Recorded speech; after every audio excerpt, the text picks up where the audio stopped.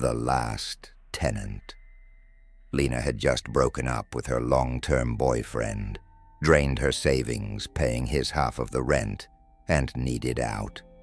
When she found a listing for a cheap one-bedroom apartment in a decent part of town, utilities included, it felt like luck finally turned in her favor. The landlord was an older man named Mr. Fenwick. He barely looked her in the eyes and didn't show her much of the building. He handed her the key, muttered something about no guests after midnight, and was gone before she even finished signing the lease. The apartment was surprisingly clean, sparse with old fixtures but livable. Only one thing stood out.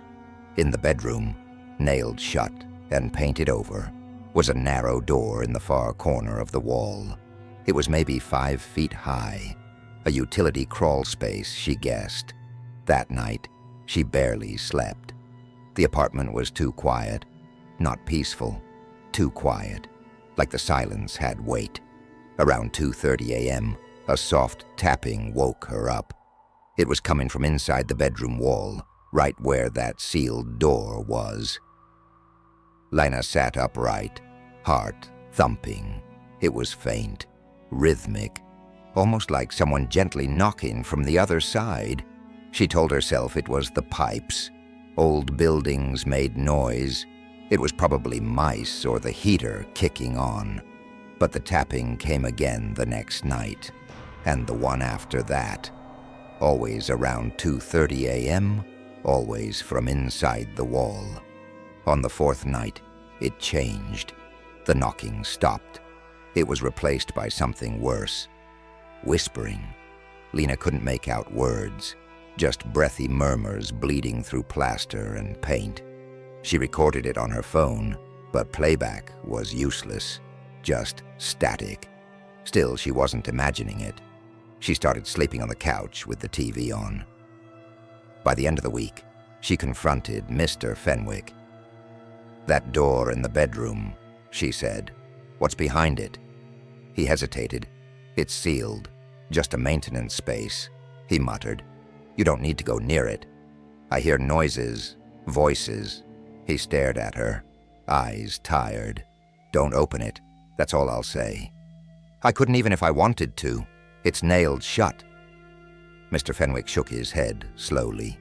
"Exactly." The next night, she dreamt she was inside the wall, cramped, dark, unable to move. Something was breathing next to her, shallow and fast. When she woke, her body was freezing, drenched in sweat. At 2:30 a.m., the whispering came again, this time clearer. One word, "Lena." She sat up. That door, the sealed one, was open, just a crack. She grabbed her phone and shined the flashlight. The room looked empty. But then she noticed it. Fingernail marks along the edge of the door frame. Dozens of them. Deep, ragged grooves where someone had clawed at the wood from the inside. She slammed the door shut and called the police. The officer took a quick look. "You say you heard voices?" "Yes, every night. That door." "It's just a wall. There's nothing back there." "No," she insisted. It was open. Something was inside.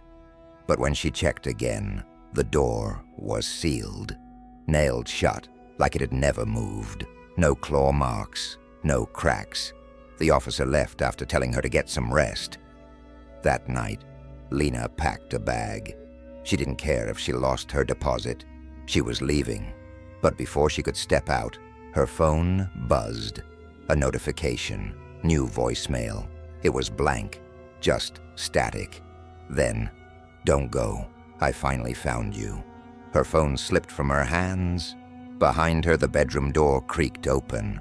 Not the one to the hall, the other one, the wall door. A voice drifted out. "Room for one more." She ran, left everything behind. The apartment was relisted a week later. Utilities included. No mention of Lena. Just a small note. "Do not open the sealed door. Creeped out yet? Hit follow and shared your thoughts below. What would you have done if you heard whispering from your wall? Shudder